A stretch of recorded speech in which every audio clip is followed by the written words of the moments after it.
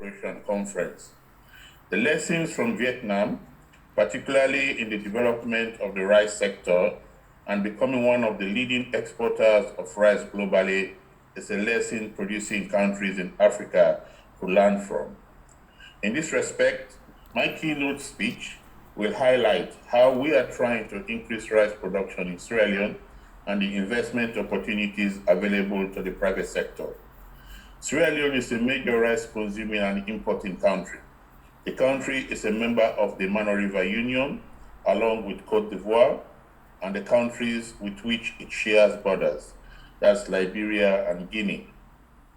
The country is also a member of the Economic Community for West African States, that's ECOWAS, which provides access to a sub-regional market comprising 16 countries and with a population of 400 million people and a nominal GDP of about 656 billion US dollar per annum.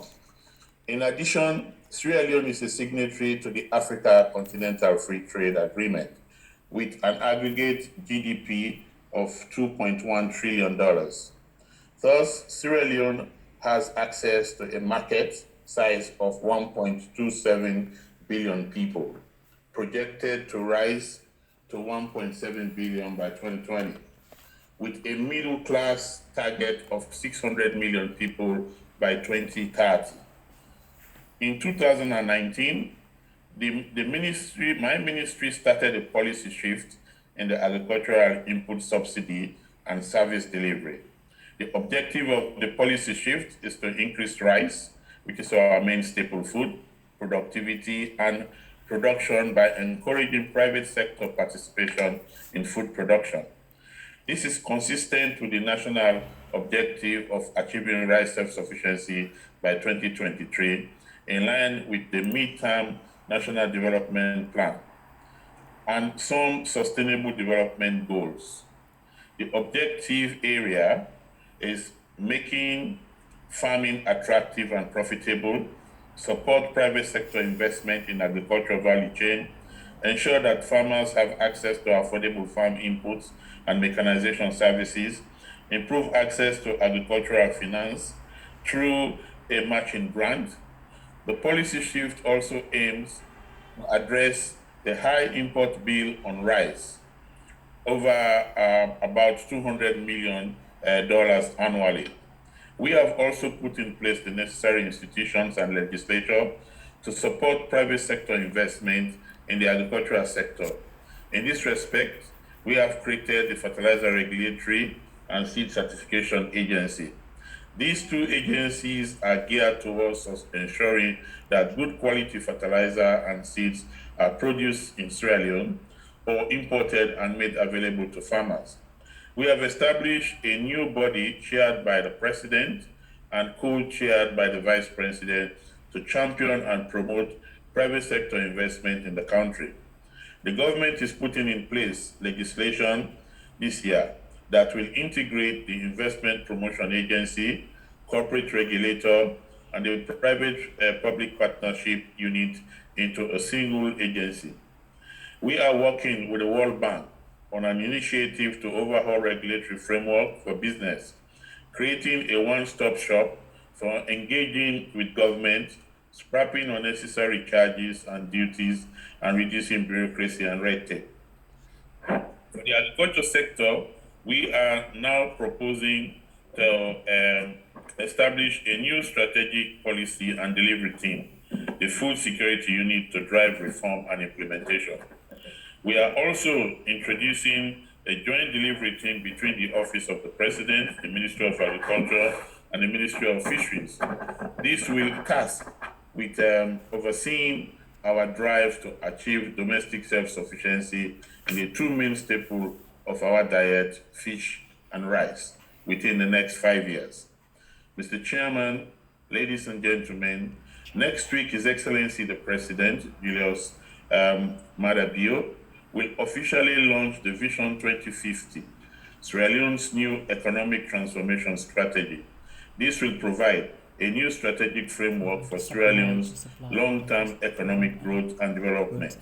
Specifically, it will set out a new strategic investment roadmap for achieving the National Development Plan goals, identifying the key target economic growth sectors for the economy and outlining the critical flagship investment projects that are needed to kickstart their expansion. Vietnam provides key development model for Sierra Leone, moving from food importing, post-war fragile states to top 25 global economy and top 15 agricultural exports in 30 years.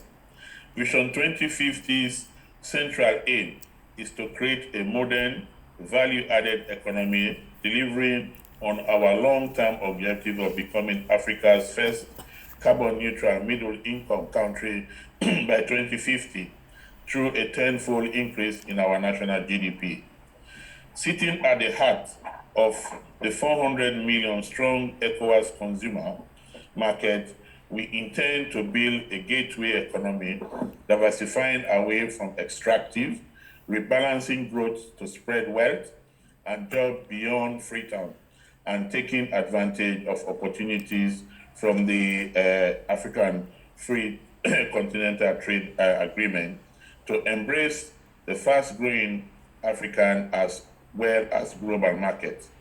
Sierra Leone has rich natural resources, not just minerals, but over 5 million hectares of arable land, 85% of which is uncultivated.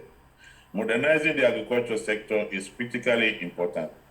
It already provides 60% of our GDP and employs at least half of the population, but still 90% of production is through subsistence farming. As global food price set to double in the next 20 to 30 years, Sierra Leone can be global agribusiness powerhouse for the 21st century. We want to create a modern agribusiness sector, starting with large-scale commercial rice farming and fisheries, as well as key cash crop, forestry, and livestock.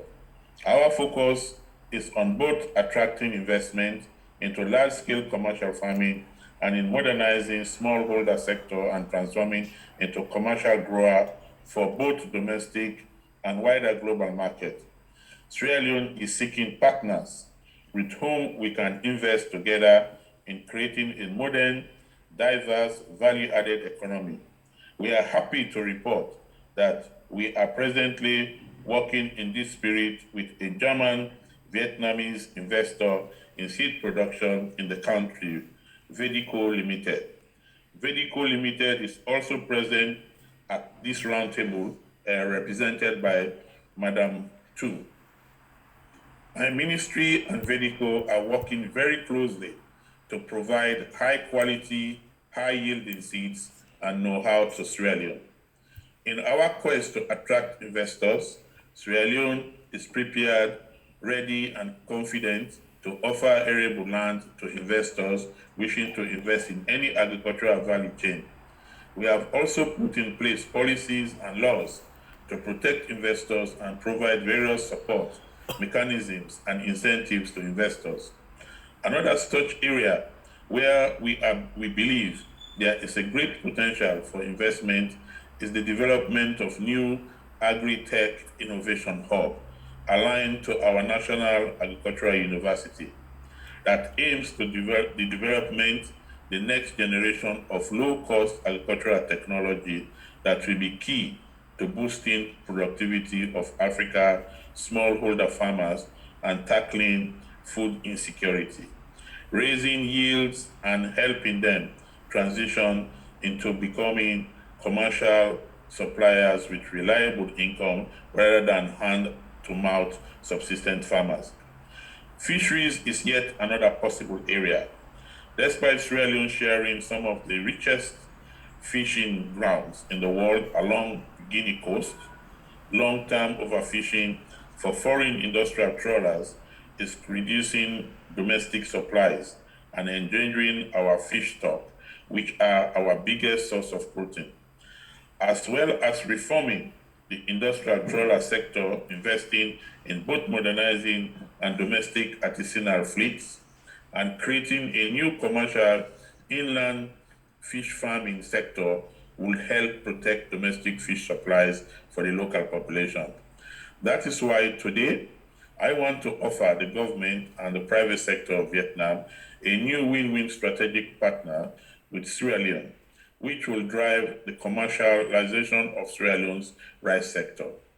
I hope that following this conference, our two governments will be able to engage in a more detailed dialogue around the strategic investment opportunities for Vietnamese agribusiness that will be created by Vision 2050 process, which are not just restricted to rice sector. For example, we believe that this year's upcoming UN COP26 climate change conference provides an opportunity for Sierra Leone and Vietnam to work together to map out a new sustainable approach to agribusiness investment and growth that tackles food insecurity and boosts smallholders' climate resilience. Mr. Chairman, ladies and gentlemen, we believe that the Asian Development Bank should partner with the African Development Bank alongside other South-South institutions such as the Islamic Development Bank and the BRICS countries. New Development Bank to establish a new green investment fund that member states could benefit from. The new funds could then finance a post-COVID green economic stimulus that focus on tackling the LCD food insecurity by boosting smallholder productivity and diversifying domestic food supply lines.